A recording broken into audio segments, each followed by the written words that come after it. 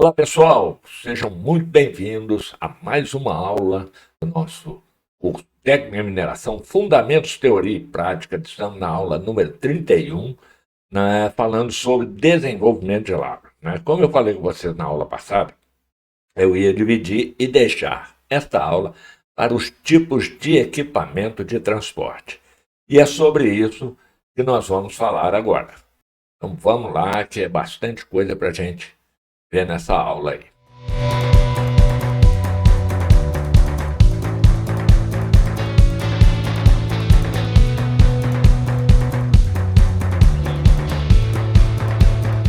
Tá, os equipamentos de transporte, quais são? Nós temos caminhões, scraper, skips inclinados, correia transportadora e trens. Basicamente, nós vamos focar essa aula nestes equipamentos, onde nós temos um assunto bastante extenso aí para tratar sobre cada um deles. E dando início, nós vamos falar sobre caminhões. Né?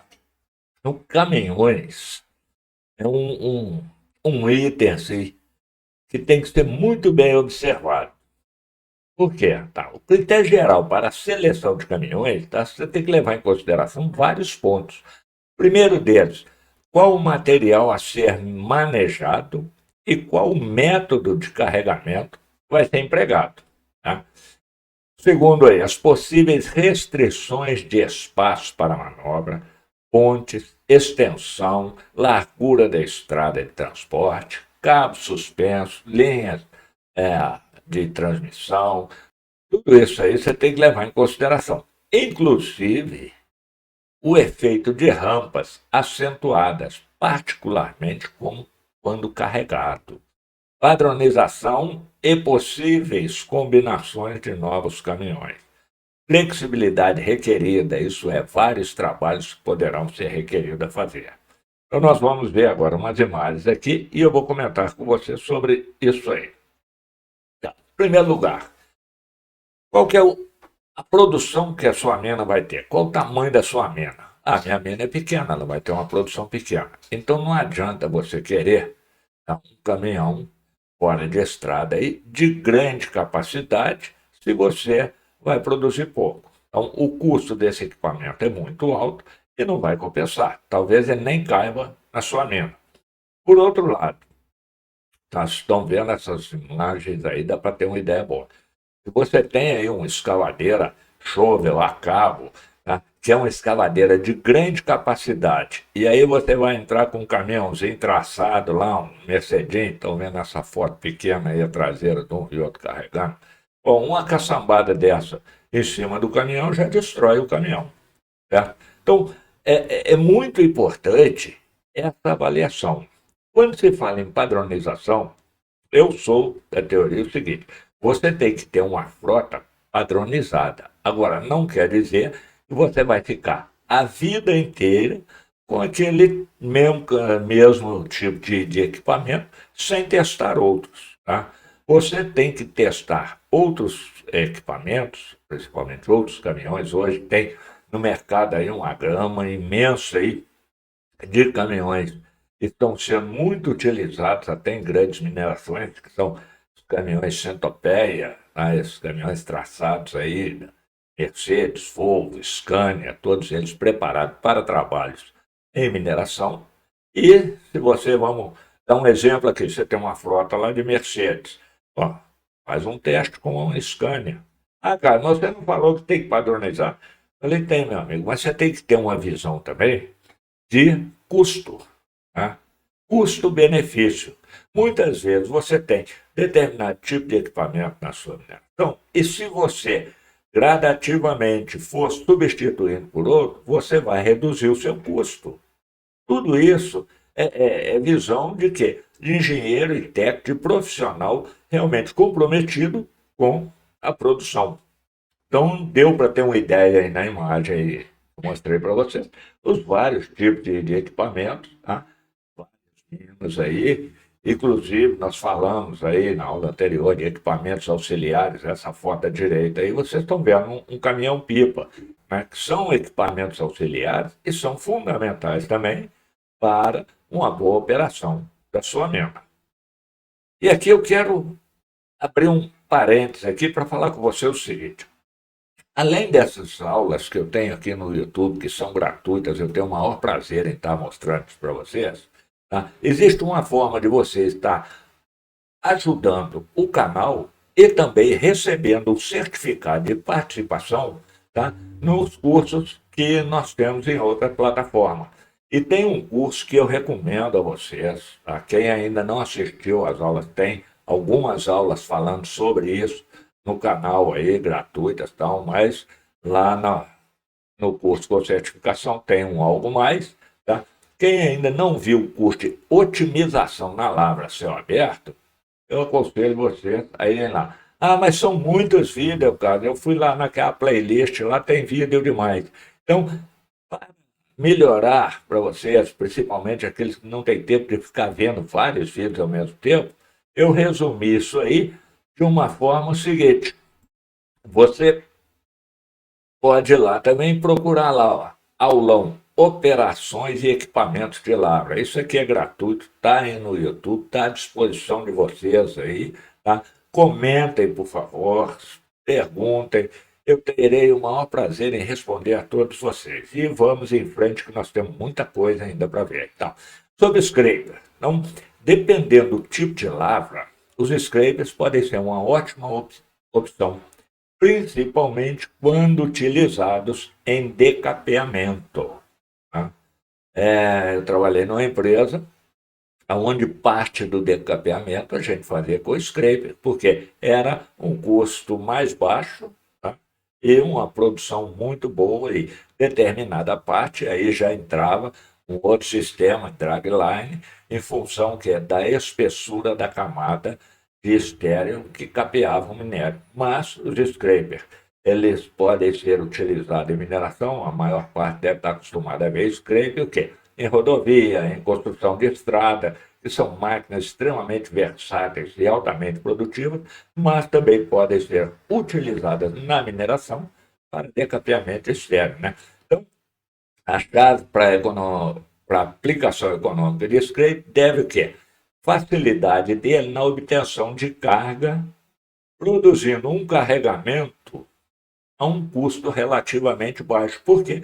Porque ele mesmo, ele corta, carrega, transporta e despeja. Então, eu vou mostrar um videozinho aí para vocês, rapidinho, onde vocês vão ver a operação de um scrape. Agora, tem que se levar em consideração que, na maioria dos casos, você vai precisar também de um bulldozer, ou seja, de um trator para auxiliar o scraper. Então, a balança lá, ó, custo-benefício, tá? Eu tenho o scraper, mas vou ter que ter um trator. Então, não é melhor eu botar um. Entendeu? Então, isso aí, ó, é pensamento, é visão, tá? E isso, esse tipo de visão é que se espera de um profissional técnico, independente do nível dele, se é técnico ou se é engenheiro. É essa visão e esses cálculos assim, de custos, tá? Com esse equipamento, meu custo é X, com o scraper, meu custo é X, mais alguns centavos. Então, o que é melhor? Tá? Custo menor? É, com certeza. Tá? Você tem que buscar um melhor equipamento, com menor custo, para obter uma maior produção com produtividade. Guardem bem esse detalhe. Nós temos aí o quê? Skips inclinados. Eu, particularmente, para ser sincero a vocês, nunca vi uma mina operando com skips inclinados, mas existiram, e em alguns casos ele pode ser utilizado, né? Então, eles são utilizados em quê? Minas pequenas e profundas, tá? Que são lavradas em flanco, onde a estrada para caminhão são proibitivamente longas, inclinadas e de difícil manutenção. Então, você tem um corpo mineralizado lá estreito, uma encosta, e aquilo, o seu minério lá, vamos supor que você tem ouro lá, tal, tá lá embaixo. Não tem como você fazer uma estrada boa para caminhões, ou vai ficar um custo exorbitante que não vai compensar o empreendimento, você pode utilizar um skip inclinado. Então, ele trata normalmente de uma instalação permanente, você vai colocar ele lá, ou semi-permanente, devendo, por essa razão, ser locado em local fora da área de lavra. Porque a pessoa, você toda hora tem que mudar aquela estrutura toda, nós vamos ver a imagem de um aí, não tem jeito. Então, tem que pensar também aonde eu vou instalar ele. Onde eu vou instalar ele. Eu vou contar uma história aqui. História não, um fato contigo, rapidamente aqui para vocês. Tá. Existia uma mina aí no Brasil, aí, na época que estavam ampliando tal, e foram construir o britador. Um dos profissionais lá falou: olha, eu acho que esse britador aí não vai dar certo, porque algum tempo depois o minério vai estar lá embaixo e o caminhão vai ter que subir carregado, ao invés de descer carregado. Ah, não, foram feitos vários estudos, tal, esse é o lugar ideal. Bom, alguns anos depois, o problema veio. Tá? E aí você vai mudar todo um britador, todo um. Então, ou vai sofrer com o quê? Com um aumento de custo, porque o caminhão descendo carregado é um custo menos X. Caminhão subindo carregado é um custo mais Y. Entendeu? Então, muito cuidado com isso. A inclinação também da instalação, ela deve ser cuidadosamente projetada de forma que o deslocamento da parede não afete o lastro no qual está fixo o skip. Então, os questionamentos para a seleção de um skip são: existe um local apropriado para a instalação de uma estrutura permanente ou semi-permanente? E sim, vamos em frente. A jazida contribui para um transporte a um ponto central? E sim, vamos em frente. A estabilidade e inclinação do talude é adequada para a instalação do sistema? E sim, vamos em frente. Se não, meu amigo, vamos procurar outro jeito de retirar esse minério de lá. Então, aqui vocês têm uma imagem, né? O tamanho do material fragmentado a ser transportado tem que ser adequado ao transporte. O transporte pode ser executado por outros meios mais econômicos? Se sim, meu amigo, não vamos investir em skip. Então, essa é uma imagem aí, o pessoal que vai lá conhecer uma operação de skip, está aí o skip. O skip nada mais é do que tipo um trenzinho, tá, puxado por cabo, do fundo da mina até o local de descarga, que pode ser um britador, alguma outra coisa, ou uma correia transportadora, um chute para uma correia transportadora que vai alimentar uma pilha pulmão, e essa pilha pulmão vai alimentar a sua usina. Né? Então, uma outra imagem aí, mais clara assim, você tem lá uma escavadeira carregando um caminhão, esse caminhão bascula num chute lá que alimenta o skip, e o skip tira esse material para fora da mina. Todas essas opções, tá? E isso aí tem literatura, apostilas e cursos, tal. Muitas delas não são comuns assim de você ver qualquer mina que você chegar, eu vou ver um sistema numa mina tal aí, lá tem isso. Então, não, cada caso é um caso específico, muito bem estudado, muito bem planejado, tá? Para se implantar este ou aquele sistema de captação, carga e transporte. E aí vem as correias transportadoras, que também são uma forma de transporte. Hoje existem várias minas, onde você tem aquelas grandes escavadeiras, as bucket wheel, né? E as bucket wheel cortam o material na encosta do barranco lá e alimenta o quê? Correia transportadora, e dessa correia cai num chute, cai noutra correia, dessa outra correia vai, e assim sucessivamente até chegar na usina. Então, a correia transportadora também, em várias minas, você pode ter um sistema de correias e escavadeira alimentando o quê? Um chute sobre essas correias, correia levando para a usina, ao invés de ter caminhões fazendo o transporte do minério. Isso aí, essa eu já vi. Okay? Então, a demanda das indústrias, de um modo geral, por altas taxas de manuseio de materiais e baixos custos, tem sido o que é significante efeito no desenvolvimento tecnológico de correia transportadora. Então, esse avanço tecnológico ele possibilita não somente alcançar aceitação como método preferido de movimentação de materiais soltos, mas também ser usado aqui para transporte desses materiais a longa distância, particularmente em áreas de relevo ondulado. Tá? Então, muitas vezes, hoje você tem equipamentos aí que eles acompanham a escavadeira alimenta esse equipamento, ali ele já brita, já faz a seleção, diversas ilhas lá de granulometria, e você pode, a partir disso aí, você pode ter um britador junto com a sua escavadeira e o transporte do material por correia transportadora. Tá? Você tem um custo inicial alto, depois é só manutenção.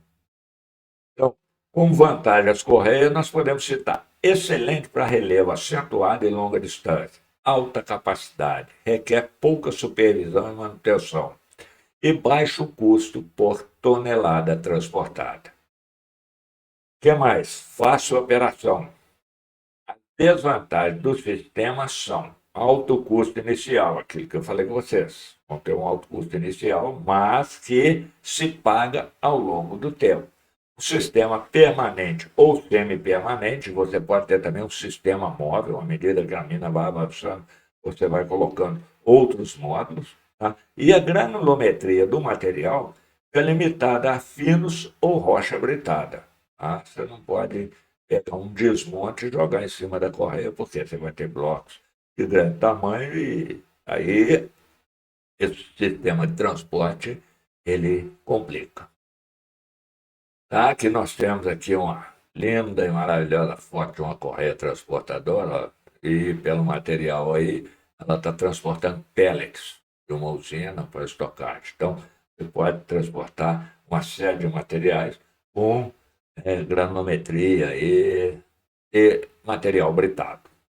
E por último, nós vamos falar o quê? Sobre trens. Ah, já viu trem em Minas? Já, já vi trem em Minas. Não debaixo da escavadeira, porque aí também é um absurdo, né? Mas, se você precisa tirar, vamos pegar um exemplo aí, ó. Carajás para levar o minério para o porto, ele usa o quê?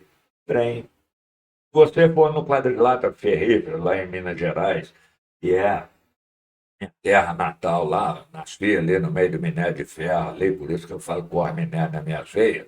Então, todo aquele material ali, eu digo assim, 85% é retirado e levado aos portos ou às usinas via trem. Tá?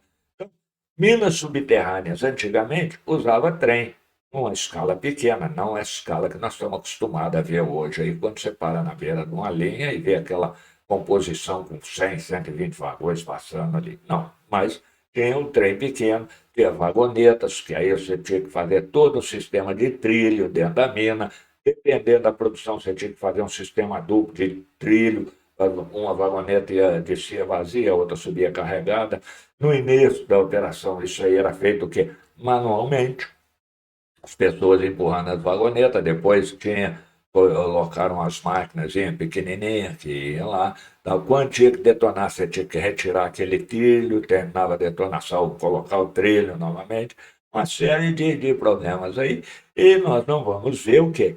Um trem dentro de uma mineração, fazendo a produção normal diária e mensal. Mas vamos ver um trem dentro de uma mineração escoando a produção. Tá? Então, eu não vou entrar em muitos detalhes aqui, falar sobre trem, porque dentro da mina ele tem a utilidade, grande utilidade, de escoar a produção.